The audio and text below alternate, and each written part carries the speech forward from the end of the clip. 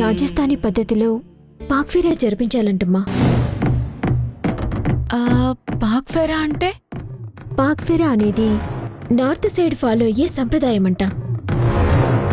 దాని ప్రకారం పెళ్లైన తర్వాత అత్తారింటికి వెళ్లిన అమ్మాయిని పుట్టింటి నుంచి మొత్తం అన్నా తమ్ముళ్ళు, అక్క చెల్లెళ్ళు అందరూ వెళ్లి పెళ్లి కూతుర్ని మేళతాళాలతో తమ ఇంటికి తెచ్చుకుంటారంట.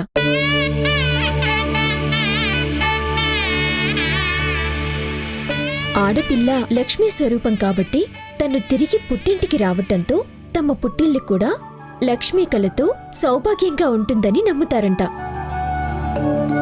అమ్మాయిని 3 రోజుల వరకు పుట్టింట్లో ఉంచుకుంటారంట.